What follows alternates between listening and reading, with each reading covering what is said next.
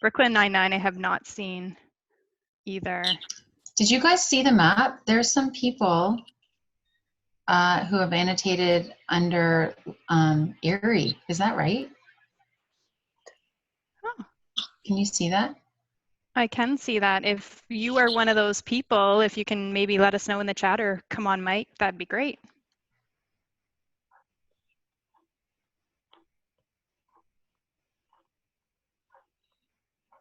There's our view of everybody.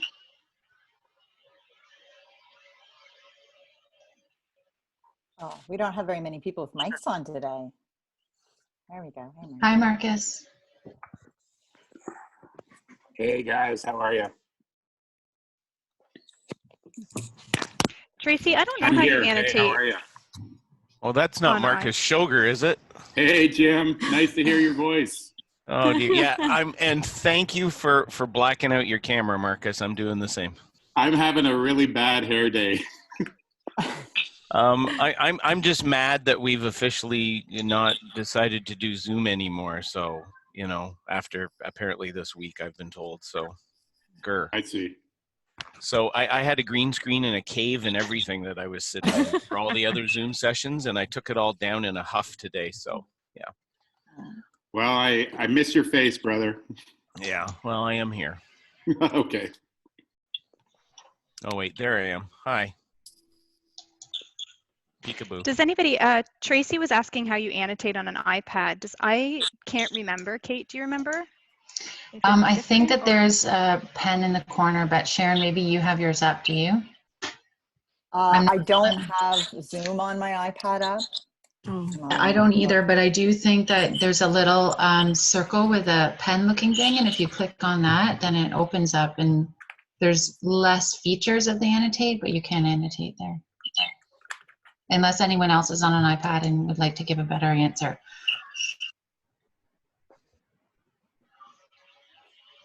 I think we should almost start here, girls, do you think? Yeah, we're about 1 minute off, so I don't know, Sharon, if you want to start sharing the screen and we can go from there. I can.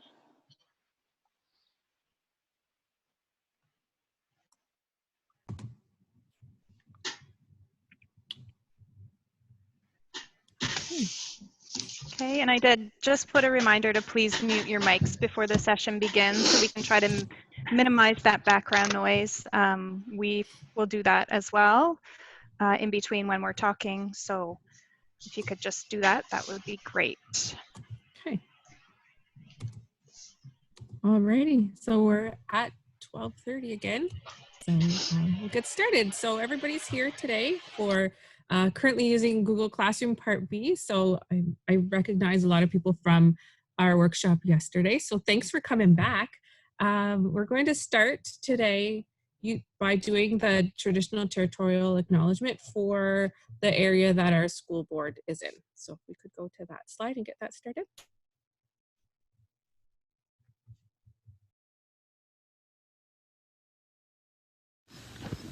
We acknowledge that the land on which we are gathered is part of the traditional territory of the Chippewa, Odawa, Potawatomi, and Delaware nations.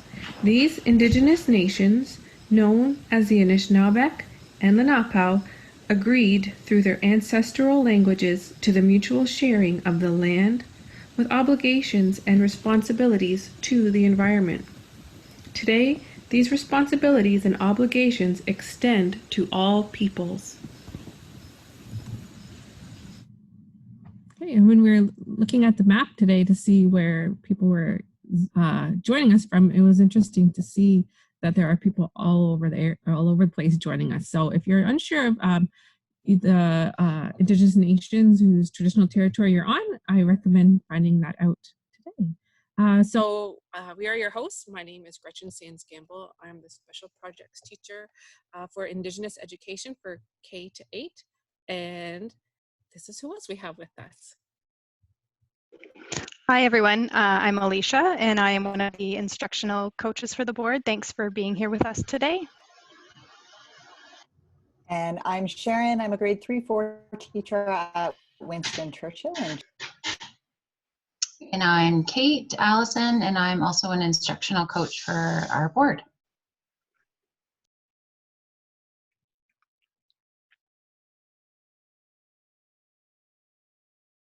Oh, Gretchen, I think you're muted. You're right. Thank you. Okay, so yeah, if you were with us yesterday, we talked about building classroom community with Google Classroom using the Stream tab. And so we got a lot of questions in the chat and through the Padlet and everything. So today we're going to start with addressing those questions from yesterday. We're going to talk about adding teachers to your classroom so you can have more than one teacher in your Google Classroom, the notifications that you can get, using the classwork tab, and the different kinds of assignments that you are able to assign to students using the Google Suite. So if you think that this isn't the session to be in, there are other sessions that you can attend as well. Okay. Okay, and we're just going to go back over those 6 remote learning guidelines that we talked about yesterday, just briefly. So number 1 was asynchronous learning. So just keeping in mind that students should not be expected and possibly cannot be online all at the same time. So just make sure that your activities you're planning are flexible. Pace, remember that oftentimes things at home take a little bit longer than they might in the classroom. So create assignments that your kids can work at their own pace. Number 3 is prioritizing. Less is more. Let's identify the learning that is most needed during this time, and let's not overwhelm yourselves or anybody else. Number 4 was being available. We were hoping that teachers would have a chance to maybe set up a little bit of an office hour, whether they're connecting on Seesaw, or whether they are emailing or using Google Meets, for example, so that your kids have a chance to connect with you if they have any questions. Number 5, boost the learning, and let's keep in mind what needs to be addressed throughout the year. And number 6, using tools you and your students are familiar with. If you are going to introduce something new, just make sure you do so slowly so we don't overwhelm anyone, and so we can all move along as smoothly as possible as we journey through these uncharted water. Okay. Just as a reminder as well, we have Seesaw support sessions. So if Seesaw is something that you are maybe looking to get some information on, we do have sessions for Seesaw at 9 o'clock, 12:30, and 2 o'clock every day. There was a session, 3 sessions yesterday, 3 today, and there's 3 tomorrow. As well as obviously the Google Suites that we are currently in. So there's a session at 9 o'clock in the morning. There is one at 11, one at 12:30, and one at 2 o'clock. And you have access to all of those. As Gretchen mentioned, please feel free, if this is not the session that you feel is best meeting your needs, to kind of move around or check out some of the other ones. Some of your answers may be, or questions may be answered on those, and we will also be recording them, and you will have access to them on the new elementary website that was just put out on Memo 20.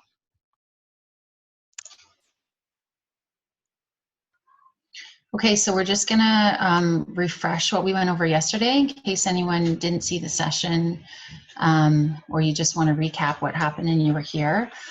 Sharon went over yesterday with us the stream portion of Google Classroom and where the tabs were and what we thought the stream would be a good spot for kids to post and comment and continue to make connections to each other, just sort of building that classroom community. And then we also talked about online expectations, and even though this says stream expectations, I think that this could apply to sort of using Google Classroom as a whole in every tab that we go to. So we kind of went over a few rules there that we can have students abide by. And then another big idea that we talked about yesterday was some of the settings that you can change within Google Classroom, what you can allow students to, using that gear in the corner there.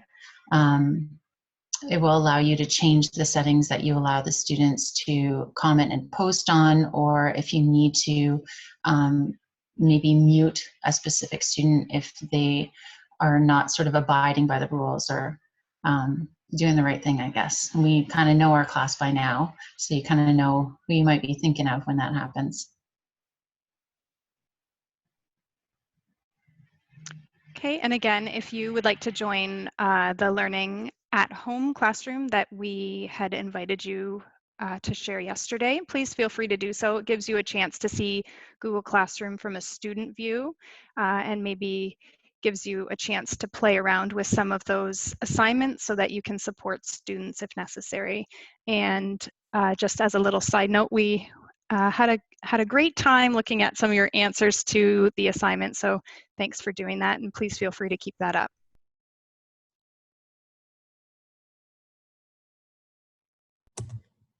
Okay, so Sharon is going to share her screen now to show us some of the features that we have when assigning student work in the Classworks tab, or the Coursework tab for Google Classroom.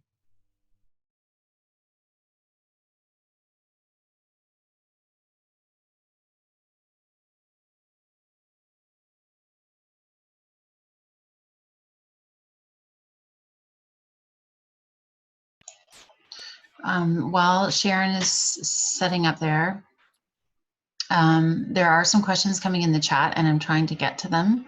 I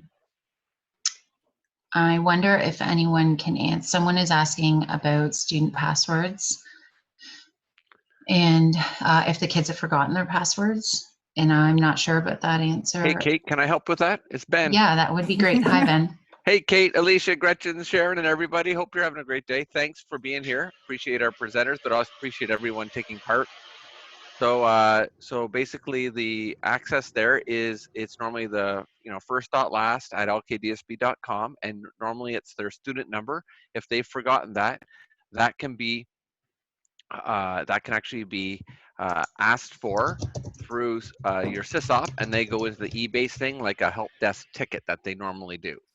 So absolutely, you're able to get those. We ask that you do that for the ones that are the challenges. To do the whole class, that it's only the ones that we're having problems with is what help desk has asked us for, Kate, because they're just getting a giant amount of issues these days. So I'll mute myself and keep learning from you. Thanks, Ben. Okay, thank you, Ben. Okay, so yesterday, one of the things that people were asking for was the view of what this looks like in an iPad. And I think that a lot of you will be using an iPad to access Google Classroom. So I am going to share my iPad screen today instead of sharing my laptop screen. If you run into a problem because you're working on a laptop or desktop computer and you aren't sure how to find something, go ahead and ask in the chat, and we can always go back afterwards and demo that on the desktop as well. So you can see here on my iPad, I'm in our classroom. I'm going to jump right in, and this is our stream tab from yesterday. So a little bit of a difference between the iPad and the computer. Instead of having my 3 different areas across the top, my stream, classwork, and people, now I have it across the bottom of my screen when I'm on iPad. So we talked about stream yesterday. We went into classwork a little bit. One of the questions that we got yesterday was about how to add teachers into your class. So I'm really quickly going to go in and do that. On the bottom right, you can see people. I'm going to tap there.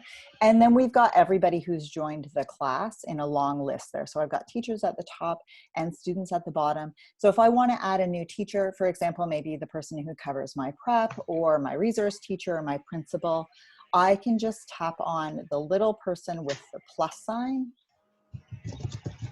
and I can add someone in here. So let's add Ben Hazard, can be a teacher in my classroom. I'll invite him. Woohoo!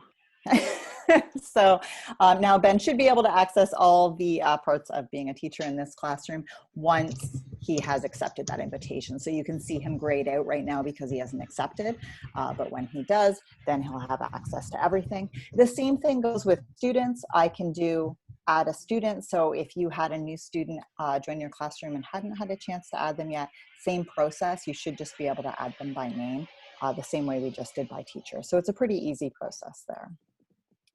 Another question kind of related to this that somebody asked about yesterday is, especially if you are a prep provider and you cover a whole bunch of different classrooms, if you are part of 4 different classrooms and you're receiving the notifications for all of them, that's really overwhelming. You can switch those off and make some changes there. So on iPad, I'm going to go to those 3 lines that are in the upper left-hand corner.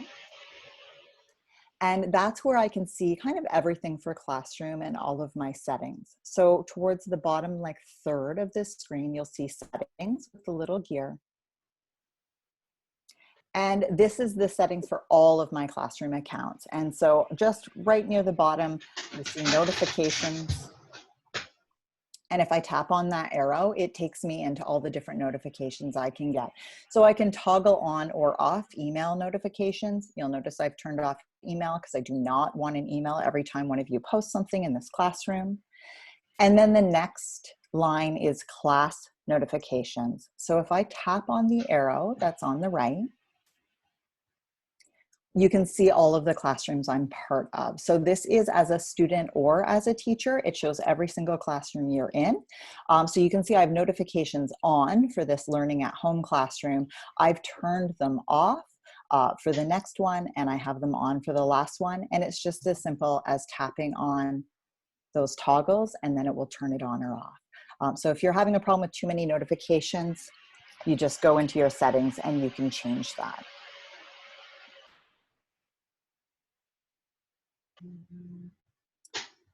I'm going to go back out to my classwork tab. We're just taking care of a lot of the questions we had yesterday. So it's a little bit all over the place, but I wanted to make sure that those questions got addressed right up front. So the next question that somebody asked was, how do you make a new topic? So you can see in our classroom, I've got all of these different topics. I've got community, classroom, Google Classroom resources that I've added, social studies. So I've broken this up into different topics just to help to keep the classwork area a little bit more organized. So it's helpful for you as a teacher and as a student when you're looking at Google Classroom. So if I want to make a new topic, I'm going to go to the plus sign. And you can see that very bottom choice I have there is topic. So that's how I'm going to break up and organize my classwork area. And I'm going to create a new topic, and I'm going to call it expectations. And hit done. And this is actually going to address another question that someone asked yesterday. Yesterday, we created this stream expectations post. So you'll probably remember that from yesterday. And somebody asked, well, can I pin that to the top so students are always able to see that and it doesn't get buried? So yeah, you can kind of, it's a little bit, the pinning used to work differently. So we're going to kind of work around that and pin it ourselves, even though that's not really a feature anymore. So I've created my new expectations topic. It is at the top of the screen. I can take my stream expectations on my iPad. If I just touch it and hold it, it will jump up to my finger, kind of the same way as when you're moving apps around on an iPad screen. And now I can just drag it right up into expectations. And the topics stay in the order that you place them in. So if I put a new post or a new topic in somewhere, it doesn't automatically jump to the top anymore. They stay in this order. If I wanted to move my whole topic somewhere, I do the exact same thing, just grab it, and I can drag those topics into any order I want. So if I wanted to push those Google Classroom resources closer to the top, I can rearrange all those topics and they stay where I've put them. So while we don't have pinning anymore, now those expectations are at the top of the screen and they're not going to move even when I post other things. I think that's good too, because you can even like refer your students to say, okay, well, remember those expectations are always posted at the top of our classwork. So we need to go back and check that. That's yeah, it. That's an Yeah, for sure, right? So it's hard for them to deny, oh, well, I didn't know. Well, they're right at the top of the page, right? So that was a good idea to kind of pin those to the top. Just before, Sharon. Yep, go ahead. Sorry, I just have a question here. So Ali is asking, when you're separating your tasks into each subject, can you take links that have already been posted and add them to a specific subject? Can you, I'm thinking that she's meaning, can you rearrange them after they are already there if you want to better organize it? Yeah, for sure. So for example, I'm just going to grab my What's My Talent one, and I can slide it into anywhere I'd like. And then I'm going to slide it back down to community. So you can always rearrange things even if they were posted previously. Hopefully that answers her question. If that's not exactly what you meant, then let us know in chat.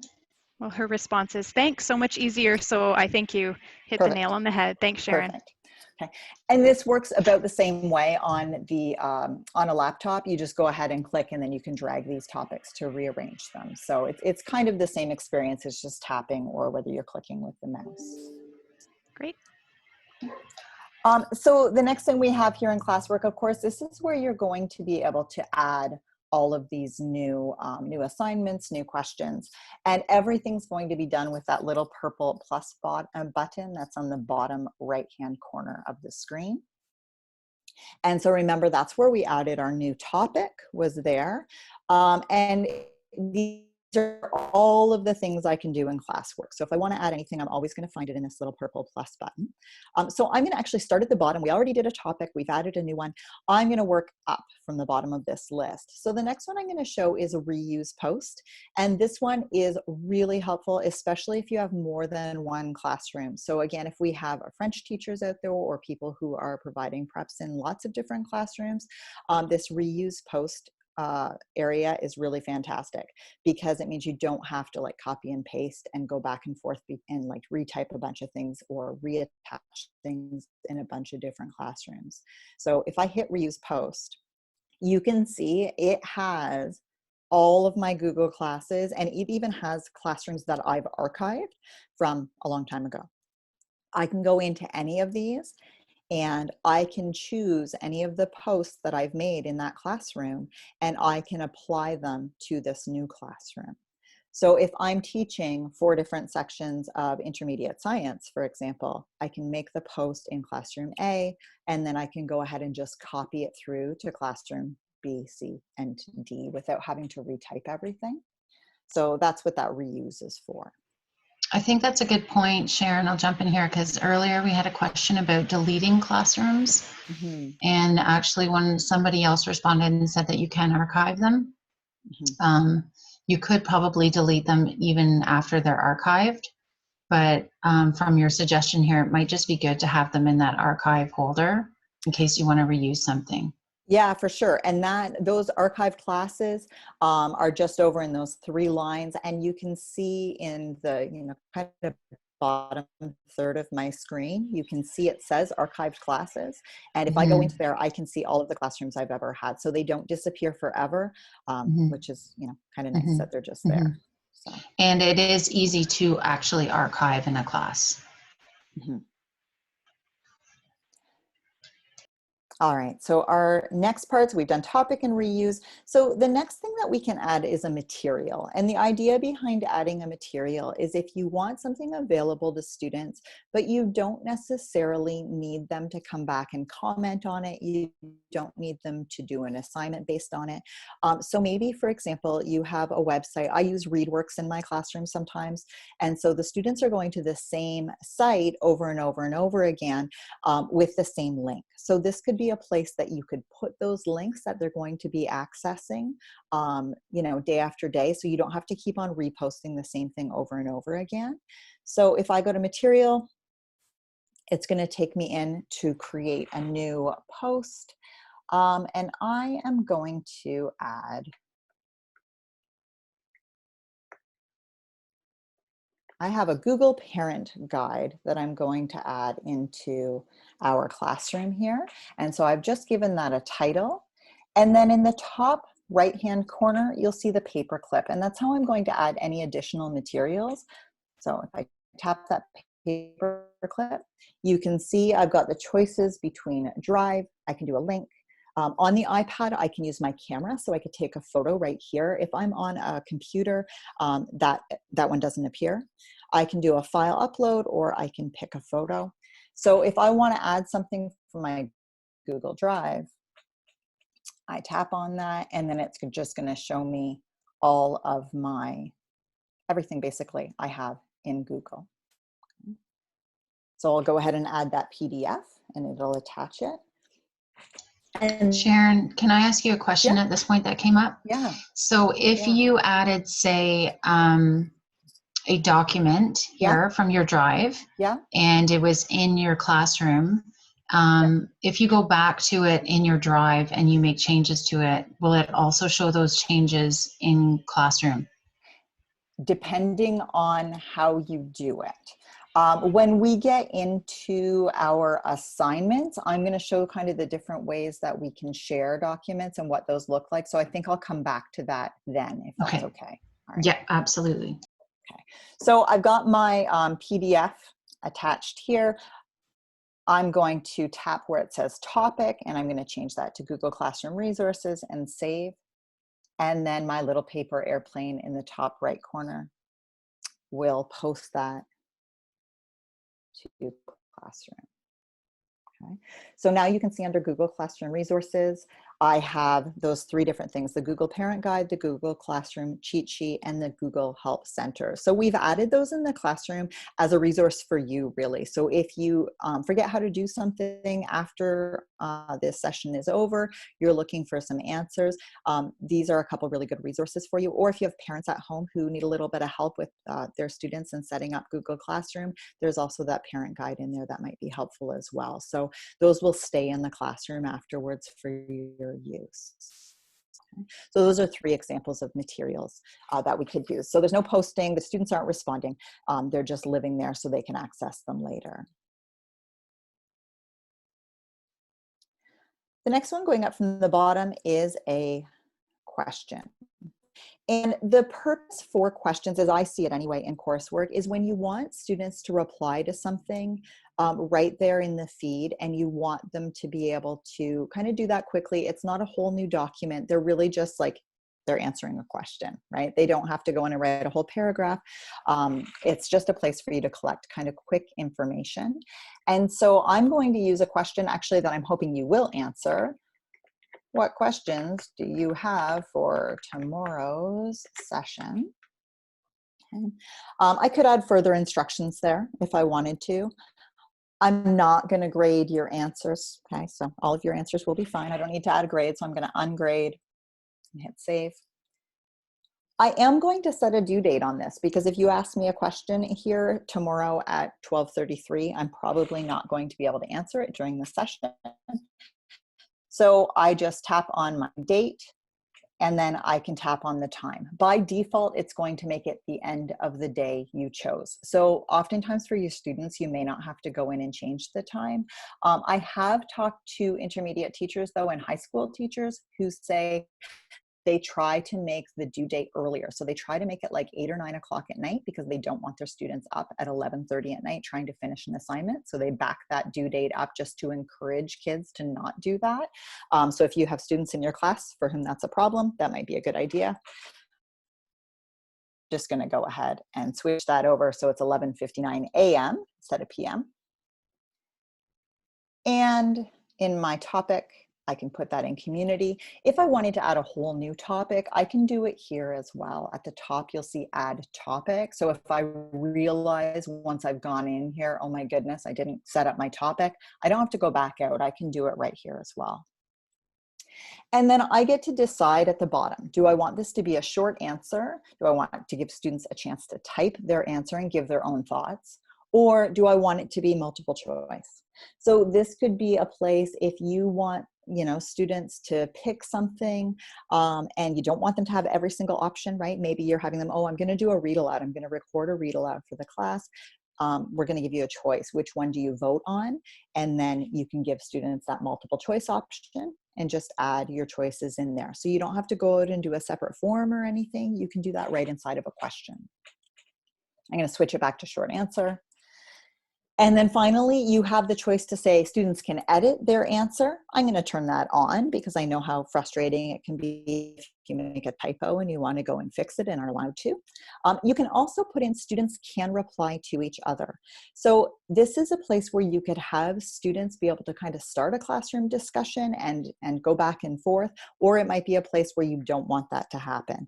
In this case, I'm going to leave it on because somebody may have a question that someone else can answer. So I'm going to go ahead and leave that on. But there are cases in your classroom where maybe you don't want students to be able to reply to a specific question. So you could just toggle that off. And I've hit that paper airplane. And that's going to post. Oh, and I did not put that inside of a topic. What questions do you have for tomorrow's session? It's just going to sit there at the very top. So you can see if I don't put it in a topic, it's floating right to the very top of the screen. I'm going to drag that down where I meant to put it, which was in community. Okay, so you can see now that's in my community section. Finally, we have assignments. And this is probably where, if you've used Google Classroom a little bit, this probably is where you've spent most of your time is in assignments. So I'm going to add a, what do you notice? I'm going to add a really quick assignment here. Again, I'm going to change my points. They do a 100-point system by default, but if I wanted to actually level something, I can change that to a 4 and give it a 1, 2, 3, 4. Again, I could leave that so it wasn't graded at all. I could put in a due date. I'm not going to bother for this. And I can put in a topic. And again, I want to attach something here, and I want to talk about the different ways that you can attach. So in this case, I actually have something in Drive that I want to add. So I have all of my folders here, okay? And let's see if it's actually going to come up when I search.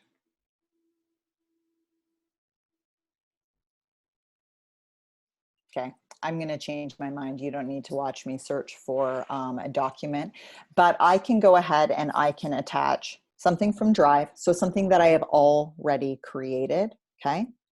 I can also attach a link to something outside of this, okay? I can upload a file, or I can pick a photo. So I've got all of those choices in there. When I'm on the iPad, I have to add something that I've already created. So it gives me the choice to look in through my files and find something that I've already put together. If I'm on a computer, I have a second choice. On a computer, I can make the document straight from Classroom. So I can say, add a document, add Google Slides, add Google Sheets, and I can do that right from inside of Classroom. If I'm on an iPad, I have to create it first and then attach it from my Drive afterwards. Okay, so that's quite a big difference between iPad and computer. Still comes up with the same idea in the end. It's just you have to think ahead when you're on iPad. Okay. And remember, yesterday we talked about you could use a photo as well. So I could choose a photo here. Okay, and add that to my assignment.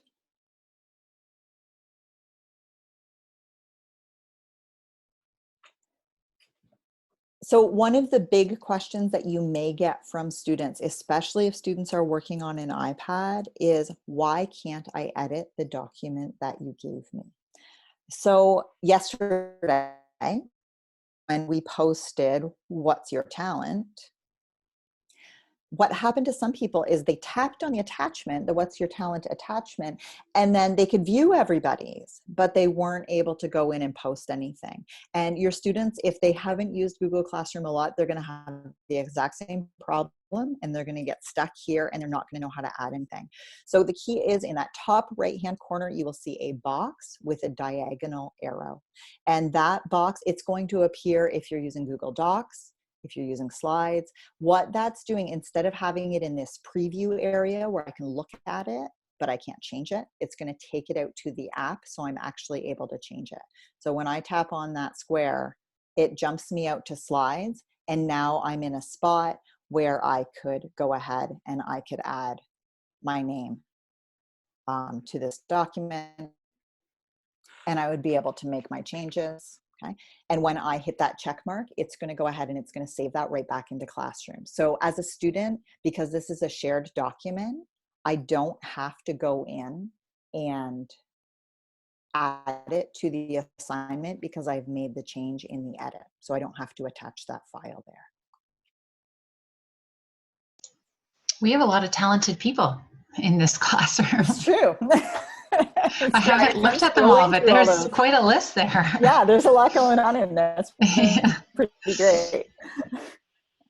So the last thing I kind of want to cover, because I know we are really getting tight on our time here, is when I am making an assignment, one of the things that's really important, if I'm asking the students a question and I say, you know, go watch this video and then write what the main idea of the video was.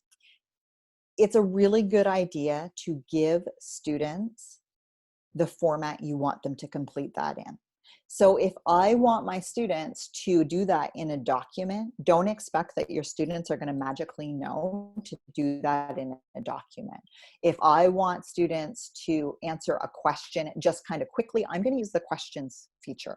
If I want them to do it as an assignment, I'm always going to give them a place to do that assignment.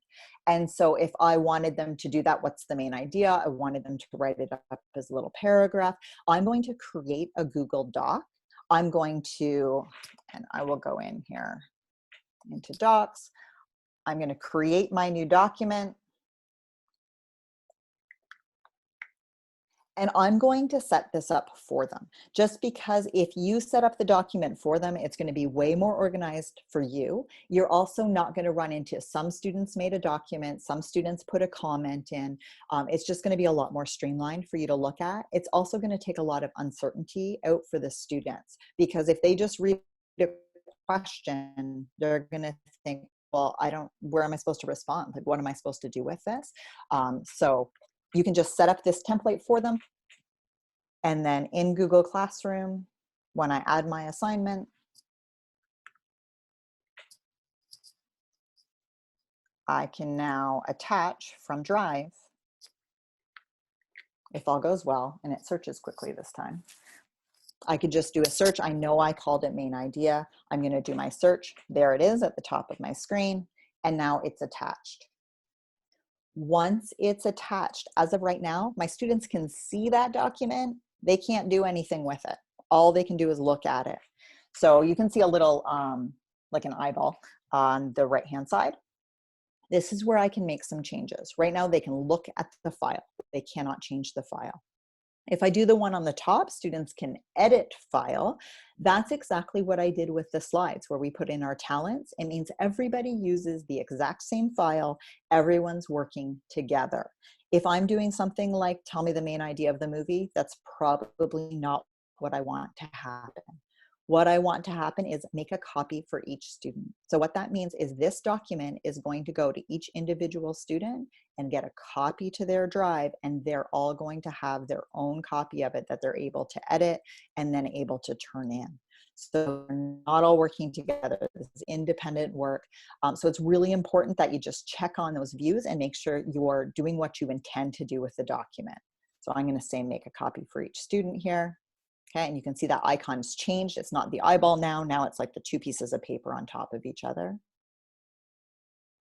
And paper airplane to post. I think making that copy for each student is a really valuable tool, because otherwise they can all be working on the same thing and changing questions and things around, right? Yeah, absolutely. Right. So you only want to have them all working in the same file. I think if you want it to be collaborative, right? If you want more than one student to be working on something, that's great. Otherwise, you want to make a new copy every single time. And so what you're saying is that on the iPad, you have to have that document ready. Yes. Because you can't create that. But if you're on a laptop, then you can create it as you're going. Yes, you can. Okay. Right? When you do that attachment, one of the choices is to create, and you can create slides or docs or whatever you want to create. Okay. So say there's sorry, Gretchen, go ahead. It was to say, it just takes out all the guesswork for the kids too. Like you said, like some might answer the question as a comment, and then having it as a doc too. I find that so much easier for kids to work in the doc than write in comments or, you know, like on classroom itself. So, yeah. Yeah, I think it also helps them with the expectations. I think that's what you're saying, Gretchen, is they know how much to answer, right? Because you might actually put the lines in that you want them to answer in, or you might have a picture and say, give me 5 sentences about this math prompt, or something of that nature. So those are all the things I kind of had on my agenda for today. I know our time is a little bit tight. I don't know if there's any questions we need to address before I switch back to working on the computer. We are having some people, I'm trying to keep up with the stream here. Some people are asking for a math prompt. That's kind of why, like, what would a math assignment look like, I guess, is what they're looking for. Is that something that we can possibly have for tomorrow? Yeah, that's what I think. Okay, I think that we could create some of those and then show how that might look. Yeah. And I think because that's come up a few times here. So we'll just keep that one in mind. I think that's a good idea as well. I also, there was a question about how do they submit their work. And I think that if you have a chance to log into that classroom that we posted earlier that Sharon has created for us, maybe it'll give you a chance to go in and explore, and then that way you can help troubleshoot with your students as well. So that might be helpful for you to do. The other thing is we'll leave this classroom open. And so a week and a half from now, if one of your students is having a hard time and you need to do it to figure out how to help them, this classroom will still be open. You can come in and play around and grab one of those posts and try to replicate the problem they're having. So that might be helpful even down the road.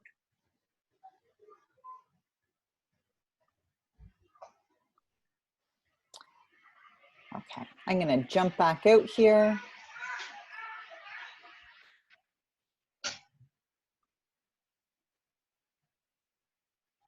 And like yesterday, we should say you can, you can still ask questions in the chat. We're going to get to those and then we'll address them in tomorrow's session. And lots of people are giving lots of advice. So it's good if you haven't opened the chat yet, there might be something in there that you can get from somebody else too.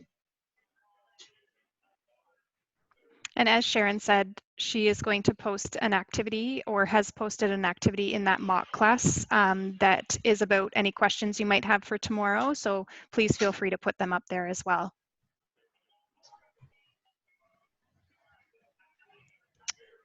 Okay. So our email addresses again are there. Please do not hesitate to reach out to us. I know that we do our best to keep up with the chat and answer as many questions as we can, but please feel free to make sure that you're connecting with someone if you do need support. That's what we're here for. So keep that in mind. Again, Sharon Drummond, thank you so much. We could not have done this without you, and we really, really, really appreciate your support and expertise. So again, thank you for that. Oh, thank you guys. And are you on the call by chance? You want to? I am on the call. Do you want to do our new sign off here, Rod? Lead on, Ben. Those people that are still in the audience. For people to do is, before you go, turn on your video. Can somebody stop sharing their screen? We'd love to see everybody who's here today. It'd be great to be able to say hi and see. So in the top right-hand corner, you'll see gallery view. If you click that, you'll see a giant screen. I see Matt, I see Beth, and you can see everybody, and it's so cool. Grab a photo and throw it on Instagram. This is amazing. We got so 3 exciting. pages of people there that have cameras on. Yeah, thanks for firing up those cameras. Sammy's there. Carol, hey, Kelly. This is awesome. It's good to so see toss that out faces. There's really people on the Yeah. session. Yeah, it is so nice to see Taylor. everybody. Oh, this It's Sally. great to see everyone. Yeah. Megan, Jamie hey. Mayo, you look fine, Jamie. Jenny and Laura. Alyssa, this is awesome. Carrie, this is great. Lots of Sam, people not putting their videos on. We'd love to Liz. see you. Sorry, guys. I have my video on, but it doesn't work for me. No, that's okay.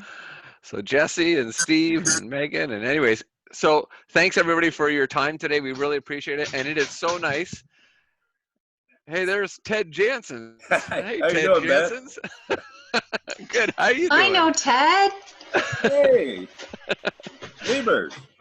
Yep. Thanks for being here. Have a great rest of the day, and we'll see you tomorrow. Hey, Leslie. Hey, this is so cool to see everybody. Everybody wave. Give me a wave. I got to capture that. Awesome. I see all my Lansdowne peeps.